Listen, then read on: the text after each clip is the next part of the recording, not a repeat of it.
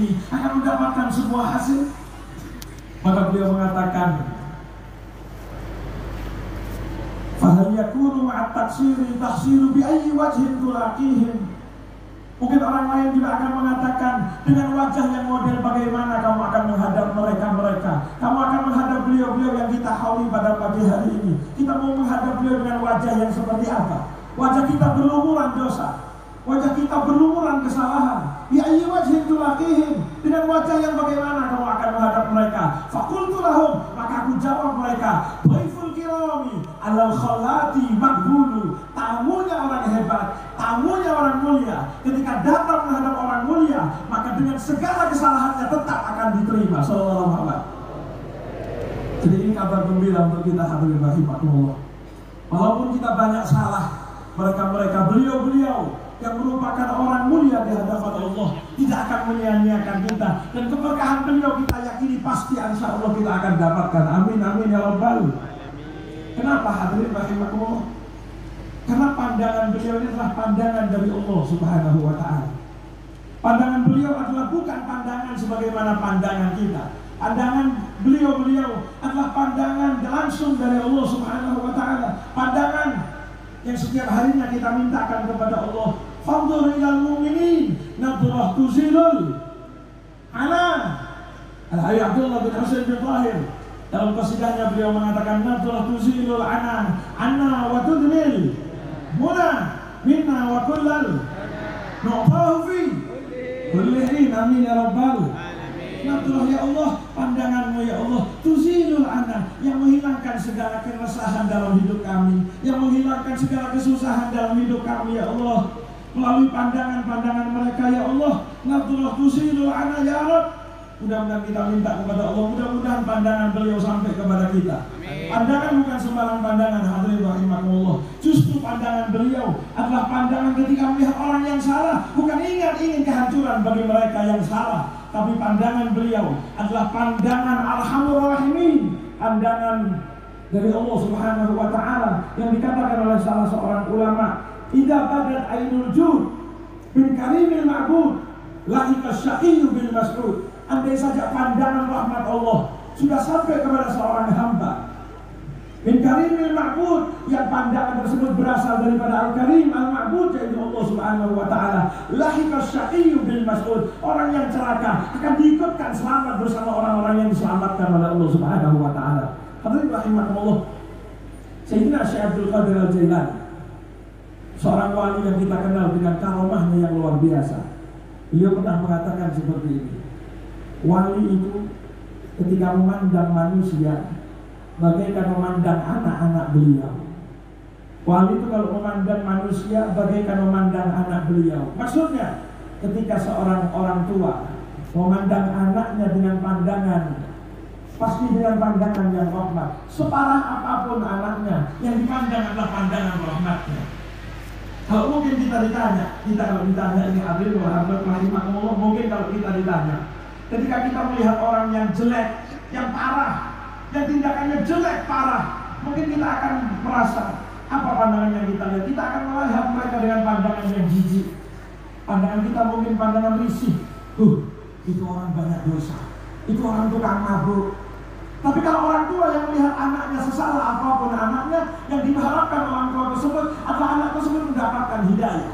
Sehingga tidak heran, pernah satu waktu Al-Fakir tanya kepada guru kita, karena ketika itu kita sebagai santri banyak salah, banyak mukhalafah, kadang-kadang sholat jamaah terlambat, kadang-kadang hadir daras bolos. Ketika kita tanya, kadang-kadang kita tanya, saya ini mau salaman sama guru saya Habib Salim, saya ini malu. Apa jawaban Syekh itu? Beliau mengatakan, justru orang yang banyak salah datang ke beliau, karena pandangan beliau itu yang menghapus segala kesalahan. Pandangan beliau itu yang akan merubah orang yang salah menjadi orang yang benar di hadapan Allah Subhanahu wa ta'ala. Karena orang tua pasti rahmat kepada anaknya, sebagaimana wali pasti akan rahmat kepada semua orang yang dilihatnya. Satu cerita hadirin rahimakumullah, Al-Habib Hasan bin Abdullah Asy-Syadhili. Habib Hasan bin Abdullah Asy-Syadhili, kakak daripada Habib Salim Asy-Syadhili. Beliau itu pernah satu waktu pergi ke Singapura. Ketika beliau pergi ke Singapura, beliau masuk ke satu hotel untuk menginap. Sampai selesai urusan hotel, check-in, beliau masuk ke dalam lift. Di dalam lift, ketika beliau masuk, ternyata ada 2 orang turis. Ada 2 orang yang berasal dari luar negeri. Orang turis dengan pakaian yang minim masuk satu lift. Bahkan yang bawa Habib Hasan ketika itu merasa, ya Allah, saya salah tempat. Bawa walinya Allah ke dalam lift, di dalam ada turis. Bukan hanya masuk dengan pakaian yang minim, ternyata orang tersebut, 2 orang bule tersebut berciuman tepat di depan Habib Hasan di dalam lift yang tidak banyak orang. Pas ciuman di depan Habib Hasan saat itu. Habib Hasan ketika itu melihat orang turis yang ciuman. Kalau saya mau tanya, andai kata saya panjenengan lihat orang turis ciuman, apa pikiran dalam hati? Hah? Kepengen? Minimal kalau tidak risih kepengen. Naudzubillah min dzalik. Habib Hasan melihat orang tersebut berciuman, Habib Hasan senyum. Habib Hasan mesem. Orang itu keluar, Habib Hasan nyeletuk begini berdoa, Allahumma kama farrahtahum fid dunya fafarrihhum fil akhirah. Ya Allah, sebagaimana Engkau senangkan mereka di dunia ini, ya Allah, mereka bisa ciuman, mereka bisa begini, nikmat dunia mereka rasakan, maka senangkan juga mereka di akhirat, ya Allah. Jangan Engkau hanya senangkan mereka di dunia, namun mereka Engkau adab kelak di surga, ya Allah. Kelak Engkau adab di neraka, ya Allah. Doa Habib Hasan, orang yang maksiat beliau doakan, Allahumma kama farrahtahum fid dunya fafarrihhum fil akhirah. Ya Allah, sebagaimana Engkau senangkan mereka di dunia, senangkan mereka di akhirat, ya Allah. Ternyata betul, dapat 1-2 hari orang turis tersebut, 2 orang tersebut ketuk pintu kamar hotelnya Habib Hasan, masuk ke kamarnya Habib Hasan. Apa yang dilakukan? Asyhadu an la ilaha illallah wa asyhadu anna Muhammadar Rasulullah. Dua-duanya masuk Islam. Sallallahu alaihi wasallam. Kenapa? Karena pandangan beliau adalah pandangan rahmat dari Allah Subhanahu wa taala. Pandangan yang kita harapkan, mudah-mudahan siang hari ini kita dapat pandangan-pandangan beliau-beliau. Pandangan-pandangan yang kalau kita pikir akan jauh dari pandangan kita selama ini. Pandangan yang ketika melihat musuh yang salah, bukan berharap kebinasaan dari musuh tersebut, namun berharap hidayah jauh lebih besar daripada kehancuran musuh tersebut. Jangan jauh-jauh ngomongkan musuh, jangan ngomongkan musuh sudah. Coba saya mau tanya nih Pak, andai kata sampean panjenengan ya sakit gigi, sakit apa? Gigi, sakit gigi, cenut. Di luar ada orang anak muda naik sepeda motor, saya mau tanya Pak, hadirin kalau ada sakit gigi di luar sepeda motor trek-trekan, kira-kira doa apa? Kenapa? Malam mobil apa? Saya tahu jawabannya, kalau tidak tabrakan mati. Makanya kan kita tidak jadi wali Pak. Kenapa? Yang kita harapkan celakanya musuh, yang kita harapkan itu parahnya, hancurnya musuh atau orang yang salah. Namun ketika walinya Allah, harapkan hidayah kepada orang tersebut. Sehingga para wali ketika melihat orang yang salah, doanya Allahumma kama farrahtahum fid dunya fafarrihhum fil akhirah. Ya Allah, andai kata mereka Engkau sudah senangkan di dunia, senangkan di akhirat, ya Allah. Jadi besok kalau sakit gigi ada yang trek-trekan, doakan hidayah. Siap? Siap? Aku Sallallahu Muhammad. Kalau mau latihan jadi wali, sakit gigi, cenut, ada yang trek-trekan, ya Allah, hidayah, ya Allah. Siap? Tak percaya, tidak percaya. Kenapa? Susah, berat. Rasul Shallallahu Alaihi Wasallam ketika dilempari batu di Taif, ketika dilempari dengan batu, bahkan Sayyidina Zaid bin Harisah sudah menghadap beliau dengan jubahnya, bercucuran darah beliau. Bahkan apa kata Sayyidina Zaid bin Harisah? Kusirat rubaiyatu, tinggi serinya Kanjeng Nabi patah, keluar darah, wa dumiyat qadamah. Kaki beliau keluar darah, mengalir mengucur darah sampai ke telapak kaki beliau, berlumuran darah tubuh beliau. Datang malaikat gunung menawarkan batu untuk menghajar penduduk Taif. Apa doa Nabi Muhammad SAW? Pandangan apa dari Rasulullah? Allah mahdi qaumi fa innahum la ya'lamun. Ya Allah, berikan hidayah mereka, ya Allah. Mereka belum tahu, ya Allah. pandangan yang diemban oleh beliau-beliau yang kita hauli pada pagi hari ini. Yang mudah-mudahan pandangan itu sampai kepada kita, hadirin rahimakumullah. Kita minta mudah-mudahan yang masih dalam kehidupan yang salah, mudah-mudahan dibenarkan oleh Allah. Yang masih berumur dosa, mudah-mudahan diampuni oleh Allah Subhanahu wa Ta'ala. Yang masih belum baik jalannya, mudah-mudahan dibenarkan jalannya. Yang masih belum berbakti kepada orang tua, yang mungkin masih kurang ajar kepada orang tua, mudah-mudahan dibuat menjadi anak-anak yang berbakti kepada orang tua. Yang masih menentang dengan syariat-syariatnya Allah, mudah-mudahan kita minta dengan barokah pandangan-pandangan mereka. Mudah-mudahan kita dijadikan orang yang selalu berjalan di dalam syariatnya Allah. Amin, amin ya Rabbal. Amin, amin ya Rabbal. Hadirin rahimakumullah. Kita hadir pada pagi hari ini adalah sebagai bukti juga bahwasanya kita cinta kepada beliau-beliau yang kita hauli pada pagi hari. Sebagai bukti bahwasanya kita ini berada di posisi cinta dan mendukung perjuangan beliau. Diceritakan dalam satu kitab, yaitu kitab tafsir yang dikarang oleh Al-Fadir, guru Al-Fadir Al-Habib Salim bin Abdullah Syakiri, dari gurunya As-Sayyid Ali bin Abbas Al-Maliki. Beliau menukil dalam kitab beliau Al-Fawaidus Syakiriyah. Ada satu cerita yang kita tahu bersama, yaitu cerita yang terjadi kepada satu nabi min anbiya'illah, yaitu Nabi Musa alaihi salatu wassalam. Nabi Musa alaihi salatu wassalam, beliau itu musuh dengan satu raja, yaitu Raja Fir'aun. Sampai satu adegan, satu skenario dalam perjalanan permusuhan Nabi Musa dengan Raja Fir'aun.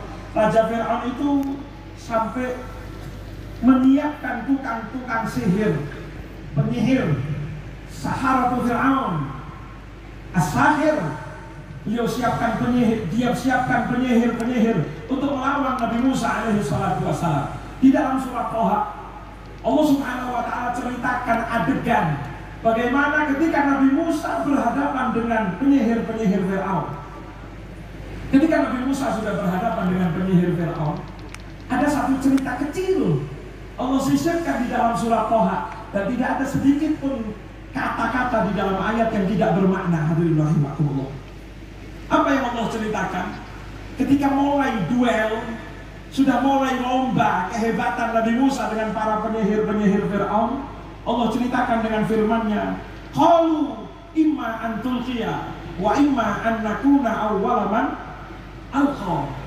Qalu, tukang-tukang sihir itu mengatakan kepada Nabi Musa, imma an tulqiya wa imma an nakuna awwala man alqa.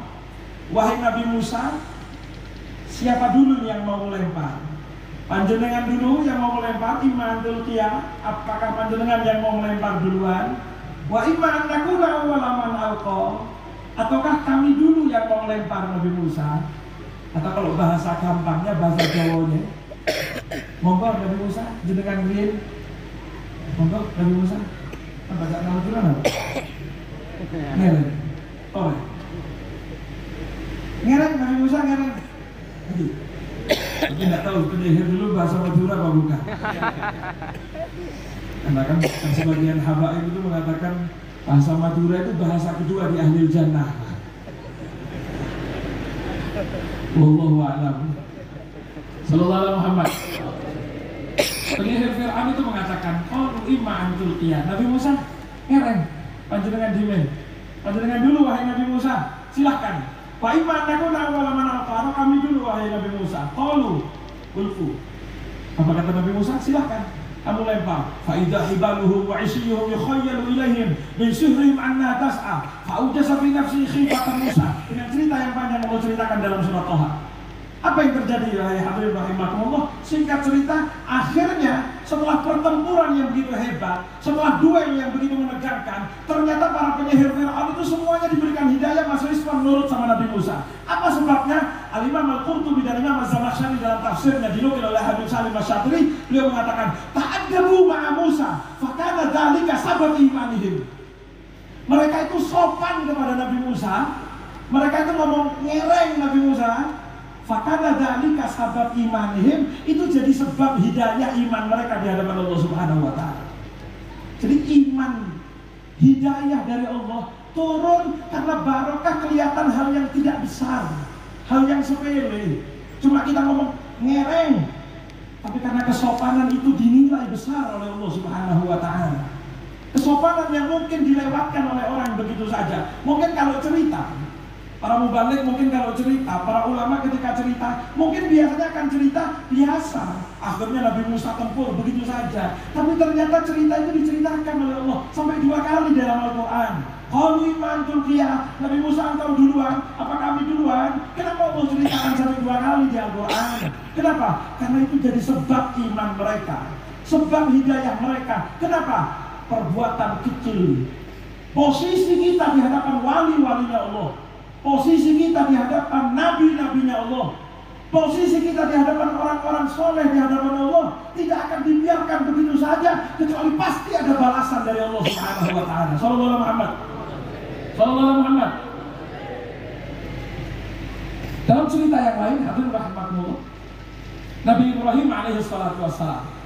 Nabi Ibrahim itu sampai akhirnya dihukum oleh Raja Namrud. Raja Namrud itu menyiapkan satu tumpuk kayu bakar.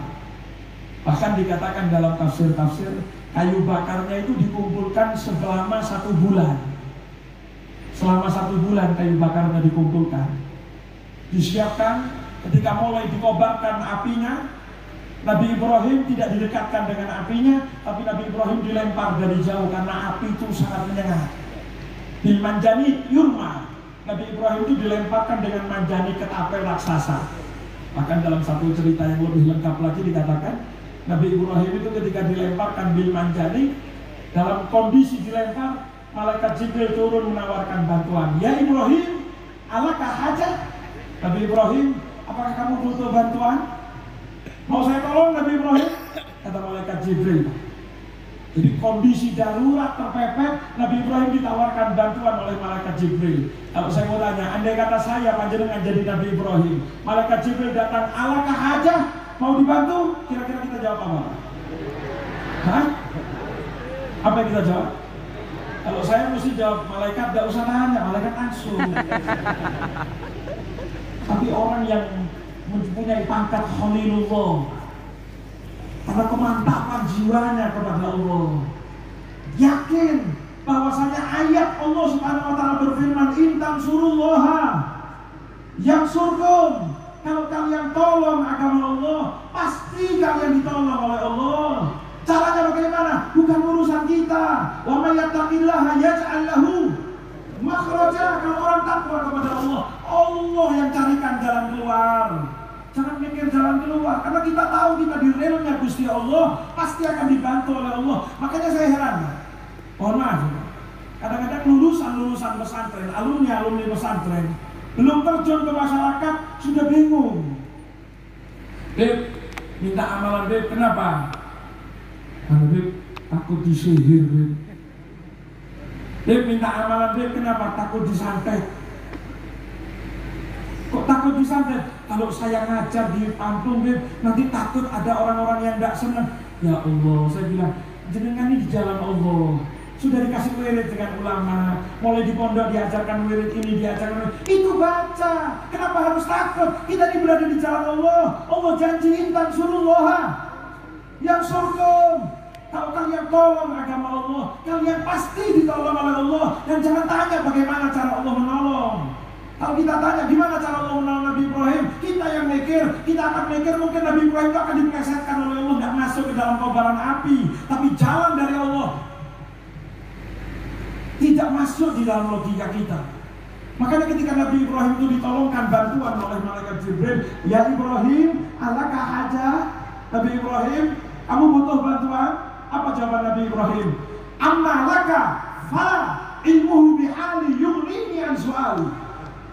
Kalau kamu yang minta, wahai malaikat Jibril, mau menawarkan bantuan kamu tidak saya butuhkan, karena maha tahunya Allah terhadap keadaan saya sudah mencukupkan saya untuk sekarang minta doa kepada Allah. Tidak perlu doa, saya yakin ditolong oleh Allah.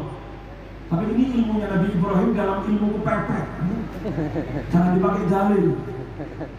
Nanti kalau ada santri, alumni, simpatisan, sholat, assalamualaikum warahmatullah, assalamualaikum warahmatullah, lari. Tidak doa Pak, ilmuhu bihali yurni Saya niru Nabi Ibrahim, Maha tahunya Allah sudah cukup, tidak usah minta. Hati-hati. Rasulullah SAW pernah ada orang yang begitu, selesai sholat jalan, sahabat itu ditanya sama Rasulullah, apakah kamu sudah tidak butuh sama Allah? Sampai kamu selesai sholat lari begitu saja, kabur, sudah tidak butuh kepada Allah? Loh, kan Allah Maha tahu. Apa kata Imam Abdullah bin Ali al-Haddad? Beliau mengatakan, fadu'ai wabtihali syahidun li biftiqari. Apa kata Habib Abdullah bin Ali al-Haddad? Beliau mengatakan, fadu'ai wabtihali, doa saya, DP-DP-nya saya, merengeknya saya di hadapan Allah, minta kepada Allah, bukan berarti Allah tidak tahu, tapi syahidun li biftiqari, sebagai bukti saya adalah hamba yang betul-betul butuh kepada Allah. Ketika saya tahu Allah Maha tahu, kemudian saya acuh kepada Allah, berarti saya tidak patuh, berarti saya tidak menunjukkan bukti bahwasanya cinta dan butuh kepada Allah Subhanahu wa taala. Sallallahu Muhammad. Sallallahu Muhammad. Sehingga jalan keluar Allah bukan jalan keluar manusia. Ketika Nabi Ibrahim sampai ke tengah kobaran api, bukan apinya dipadamkan oleh Allah, tapi Allah berikan jalan keluar yang tidak masuk di dalam akal. Yaj'al lahu makhraja, jalan keluar dari Allah Subhanahu wa taala. Apa firman Allah? Ya narukuni bardan wa salaman ala Ibrahim. Wahai api, kuni bardan, jadilah kamu dingin. Bahkan dikatakan ketika firman Allah mengatakan dingin, seluruh api sedunia dingin. Wasalaman, dingin mencekam, berubah menjadi wasalaman, dingin yang nikmat. Bahkan seluruh dunia api ketika itu dikatakan menjadi dingin, sebagaimana dinginnya api Nabi Ibrahim. Kemudian firman Allah ala Ibrahim, khusus kepada Nabi Ibrahim, api yang lain kembali normal. Sallallahu Muhammad. Hadirin rahimakumullah, di dalam cerita tadi ternyata ada cerita sampingan. Apa cerita sampingan? Ada satu binatang, bahasa Arabnya namanya al-difda. Al-difda, apa al-difda? Apa? Kodok, katak. Ada satu katak diceritakan oleh Allah Subhanahu, diceritakan oleh para alim ulama di dalam tafsir-tafsirnya. Ada satu binatang yaitu katak. Katak itu ketika tahu Nabi Ibrahim dilemparkan ke dalam kobaran api, katak itu lari ke tempat air, lari ke sungai. Dia ambil air, dia masukkan ke kerongkongannya. Ketika masuk ke dalam kerongkongannya, dia lari menuju tempat Nabi Ibrahim dibakar. Lari, loncat. Katak itu loncat sampai dekat, dia semburkan api itu untuk memadamkan api. Kenapa? Mau menyelamatkan Nabi Ibrahim. Disembur, lari lagi ke tempat air, sembur lagi, lari ke tempat air, sembur lagi. Saya tanya, ada gunanya? Tidak ada gunanya. Tapi apa ketika tidak ada gunanya dihiraukan begitu saja? Apa ketika tidak ada gunanya perjuangannya, posisinya di hadapan nabinya Allah, cintanya kepada Nabi Ibrahim, sampai melakukan sesuatu walaupun tidak berguna sama sekali ke Nabi Ibrahim, apakah disia-siakan oleh Allah? Tidak, sama sekali tidak disia-siakan oleh Allah. Bahkan sampai zaman Nabi Muhammad, sampai kita, Rasulullah SAW, beliau bersabda, la taqtulud dafadi'a, jangan kalian bunuh katak sembarangan. Jangan kalian bunuh katak sembarangan. Kenapa? Fa inna naqiqaha tasbih, karena suaranya, ngoreknya, kodok, ngorek, suaranya itu apa kata Rasulullah SAW? Naqiqaha tasbih, suaranya dihitung tasbih oleh Allah Subhanahu wa taala. Suaranya dihitung tasbih ibadah. Kenapa? Karena dulu pernah menyelamatkan Nabi Ibrahim, walaupun ternyata Nabi Ibrahim selamat bukan karena dirinya, bukan karena bantuannya, namun bantuan itu tidak disia-siakan oleh Allah Subhanahu wa taala. Namun sebaliknya, ada satu binatang lain, yaitu binatang yang kita kenal dengan nama wazaqah, atau kita kenal dengan nama apa? Cicak, cecek. Ada cicak. Ketika itu tahu Nabi Ibrahim dibakar, lari ke tempat air, dia sedot air dengan mulutnya yang kecil. Kemudian dia mendatangi, mendekati tempat sumber api, dia semburkan air tersebut. Kenapa? Karena dengan harapan air tersebut bisa membantu api berkobar semakin besar.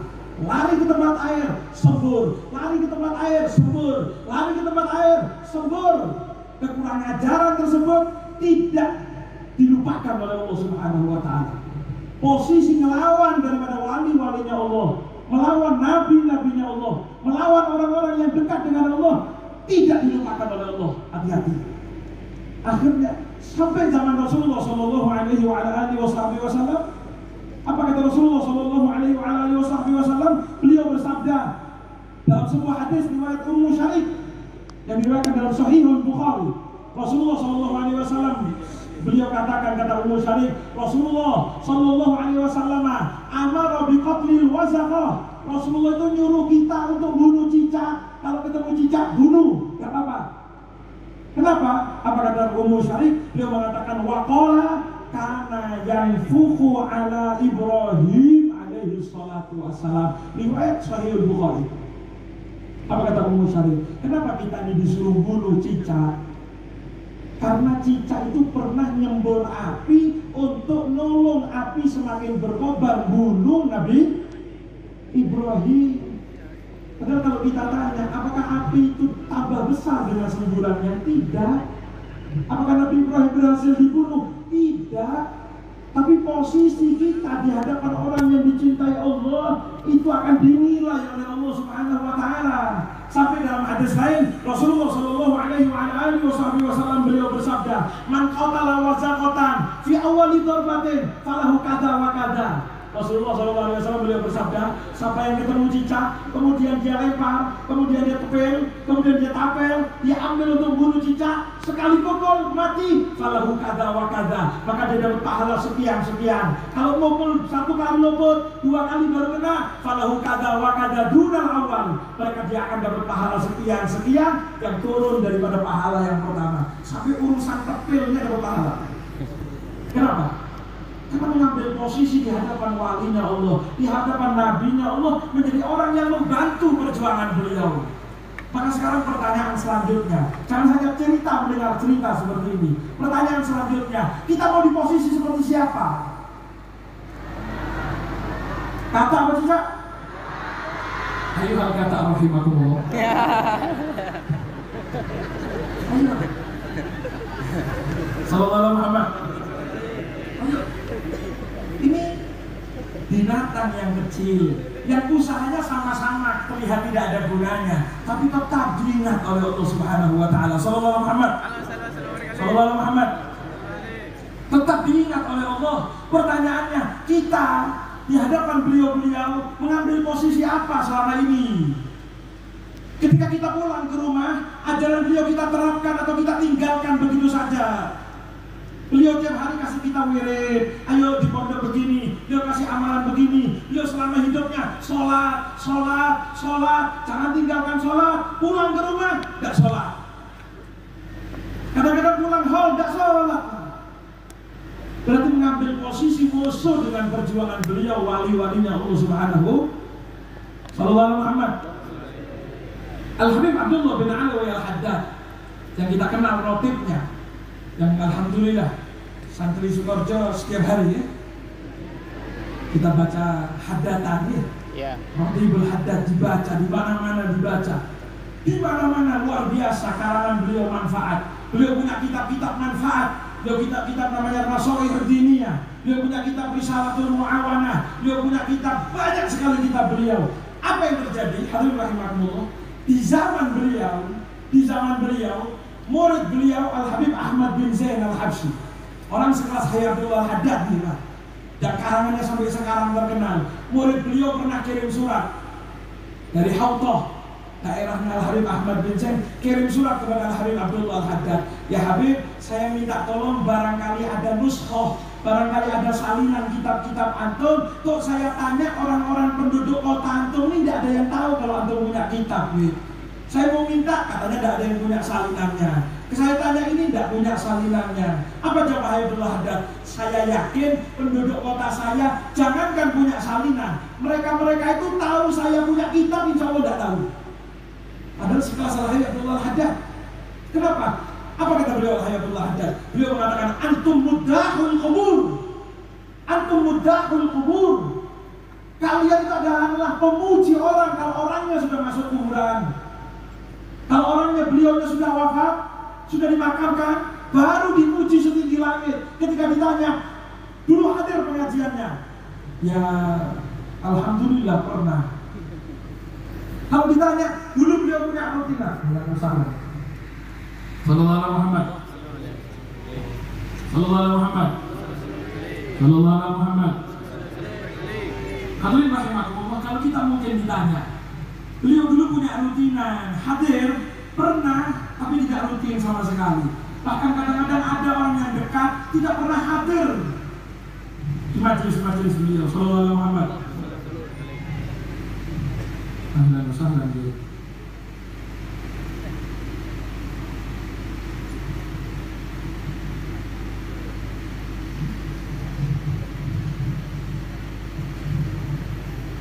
Sallallahu alaihi Muhammad. Lanjutkan. Kalau kita ditanya, kadang-kadang beliau punya pengajian, beliau punya rutinan, beliau punya amalan-amalan, kita jarang peduli dengan hal tersebut. Kita tidak peduli dengan perjuangan beliau. Hakikatnya walaupun kita tadi sudah menjawab posisi kata apa cicak, kita serempak jawab kata, tapi amalan kita menunjukkan bahwasanya kita selama ini cicak yang musuh pada perjuangan beliau. Ketika beliau hidup tidak pernah kita hiraukan, ketika beliau mati kita junjung setinggi langit, tapi amalannya kita tinggalkan begitu saja. Kekurangan ajaran kepada walinya Allah, kekurangan ajaran kepada Nabi, kekurangan ajaran kepada kekasih-kekasih Allah akan membuahkan hasil yang kurang ajar, hasil yang tidak baik. Dan ini ada dalilnya, bukan hanya cerita. Hadirin rahimakumullah, dalam ayat Allah Subhanahu wa taala berfirman, apa kata Allah Subhanahu wa taala? Ya ayyuhalladzina amanu la tarfa'u aswatakum fawqa sautin nabi wa la tajhadu lahu bil qawli kajahri ba'dikum ba'dha. Apa kata Allah Subhanahu wa taala?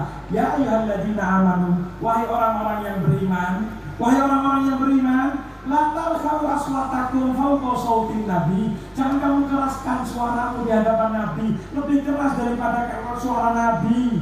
Sebagaimana kamu ngobrol dengan temanmu biasa, hati-hati, jaga ucapanmu di hadapan Nabi. Kajahri ba'dikum ba'dha. Apa kata Allah Subhanahu wa taala? Antahbaqo a'malukum wa antum la tash'urun.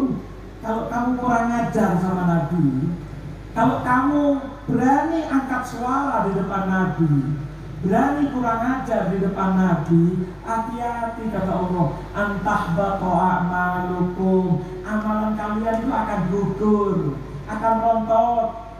Banyak orang yang hebat pak amalannya, sholawatnya luar biasa, sholatnya luar biasa, sodakohnya luar biasa, bacaan Qurannya luar biasa, berani kurang ajar sama Nabi, berani kurang ajar sama wali. Apa kata Allah? Antahbaqo a'malukum, amalan kalian, pahala itu akan rontok, wa antum la tash'urun, dan kalian tidak akan kerasa pahala habis karena kurang ajar, karena tidak sopan di hadapan Nabi Muhammad sallallahu alaihi. Bisa jadi pahala kita ini habis ketika kita kurang ajar di hadapan wali-walinya Allah. Maka pulang dari sini hadirin rahimakumullah, mari bawa oleh-oleh. Apa perjuangan beliau selama ini? Kita lanjutkan di rumah. Beliau selama ini dakwah keliling kampung-kampung kepada santri dengan capeknya. Waktunya beliau habiskan, lelahnya beliau habiskan untuk mengajarkan sholat kepada kita. Sampai rumah, laksanakan perintah beliau, sambung ajaran beliau, sampaikan kepada orang-orang di sekitar kita. Baru namanya kita mengambil posisi kata. Jangan sampai kita ngomong cinta kepada beliau, tapi pulang ke rumah ajaran beliau kita tinggalkan begitu saja. Tapi mari berkorban. Apapun pengorbanan kita, sekecil apapun pengorbanan kita, akan dibalas oleh Allah berupa keberkahan di dalam hidup dunia sampai akhirat. Amin amin ya rabbal. Terakhir hadirin rahimakumullah, ada satu cerita di zaman Rasulullah Sallallahu Alaihi Wasallam. Rasulullah Sallallahu Alaihi Wasallam dulu punya salah seorang sahabat, namanya Sayyidina Tamim bin Aus. Tamim bin Aus. Tamim bin Aus Ad-Dari radhiyallahu taala anhu wa ardhah. Beliau dikatakan adalah salah seorang sahabat yang disebut oleh ulama min masyahir sahabah wa afadilihim. Beliau itu termasuk sahabat yang masyhur, terkenal. Beliau itu termasuk sahabat yang afdol. Padahal perbandingannya dengan sahabat yang lain itu hebat. Tapi Sayyidina Tamim bin Aus terkenal hebat luar biasa. Di antara amal beliau yang menjadikan beliau hebat di hadapan Allah, hebat di hadapan Nabi Muhammad. Padahal Sayyidina Tamim bin Aus itu dikatakan beliau itu aslama, masuk Islam di tahun ke-9 Hijriah. Hanya 1 tahun ngalami Nabi Muhammad SAW. Tapi ternyata jadi orang luar biasa. Hadirin wal hadirat rahimakumullah. Dikatakan satu waktu beliau pernah keluar dari kota Madinah. Ketika pulang ke kota Madinah, sampai ke kota Madinah, Sayyidina Tamim bin Aus dikatakan hamala ma'ahu al-masabiha. Beliau itu pulang ke kota Madinah pulaan lampu. Kalau zaman dulu itu lampu apa namanya? Tempel, lampu tempel. Beliau bawa dari luar kota Madinah pulaan lampu, wahibala. Beliau ambil banyak beli tali, wasuyud. Kemudian beliau isi minyak, lampu itu punya asal isinya minyak, beliau isi. Sampai masuk kota Madinah, beliau ke masjid Nabi Muhammad SAW. Beliau masuk ke masjid, beliau pasang itu lampu dengan tangan beliau sendiri. Satu persatu tiang beliau tempeli lampu, beliau isi minyaknya, beliau gantungkan dengan talinya. Seperti yang beliau laksanakan seperti itu. Lampu beliau pasang, minyak beliau isi, beliau gantung di tiang-tiang tersebut. Lampu-lampu berjajar akhirnya di masjidnya Nabi Muhammad SAW. Ternyata maghrib Nabi Muhammad SAW masuk ke masjid, melihat masjid sudah begitu terang. Masjid yang awalnya suram, masjid yang awalnya gelap, ketika Rasulullah SAW masuk terlihat masjid begitu terang. Kemudian Nabi Muhammad tanya, man fa'ala hadha? Ini siapa yang melakukan ini? Kok sampai membuat masjid begitu terang? Siapa yang membuat itu? Kata sahabat, ya Rasulullah, Tamim bin Aus ya Rasulullah. Tamim yang mengerjakan ya Rasulullah. Dipanggil Tamim. Sehingga Tamim bin Aus dipanggil Rasulullah SAW. Apa kata Rasulullah? Nawwarta masjidana, nawwarakallahu fid dunya wal akhirah. Tamim, sebagaimana kamu buat terang, kamu buat padang, kamu buat terang masjidku wahai Tamim, nawwarakallahu fid dunya wal akhirah, maka mudah-mudahan Allah membuat terang hatimu dunia sampai akhirat. Amin. Sallallahu alaihi wasallam. Hadirin rahimakumullah, perjuangan Nabi didukung dengan lampu yang terang, bukan berarti disia-siakan Nabi Muhammad sallallahu alaihi wasallam. Ternyata Nabi Muhammad mendoakan, sebagaimana kamu buat terang masjid kami, mudah-mudahan hidupmu akan diterangkan dunia sampai akhirat wahai Tamim. Bahkan di riwayat diceritakan di akhir Rasulullah SAW mengatakan, amal wallahi lau kana li ibnah, demi Allah Tamim, andai saja saya masih punya anak belum nikah Tamim, maka kamu saya akan ambil mantu Tamim. Kamu saya akan ambil mantu Tamim. Sallallahu alaihi Muhammad. Menantu idaman Nabi Muhammad bukan orang kaya, bukan orang yang bergelimang harta, bukan orang yang dilihat dengan gantengnya saja, tapi siapapun yang membantu perjuangan syariatnya Nabi Muhammad, membantu perjuangan kekasih-kekasih Allah, membantu perjuangan guru-guru kita yang kita hauli pada pagi hari ini. Siapa yang membantu? Itulah menantu idaman Nabi Muhammad SAW. Ketika Nabi Muhammad mengatakan, andai saya masih punya anak, maka saya akan nikahkan kamu dengan anak saya Tamim. Salah seorang sahabat mendengar itu, beliau mengatakan, ya Rasulullah, saya punya anak ya Rasulullah, Tamim saya ambil mantu, gimana ya Rasulullah? Naam kata Rasulullah, lanjutkan, fazawwajakaha. Maka akhirnya Rasulullah menikahkan orang Sayyidina Tamim dengan putri daripada sahabat tersebut. Sallallahu alaihi Muhammad. Jadi menantu idaman Nabi Muhammad adalah orang-orang yang membantu perjuangan Nabi Muhammad Sallallahu Alaihi. Mudah-mudahan kita pulang dari tempat ini, kita luruskan niat kita luruskan amalan kita pasang tekad apa yang diperjuangkan oleh beliau-beliau di dalam hidupnya. Kita lanjutkan perjuangan beliau. Siap? Siap? Siap?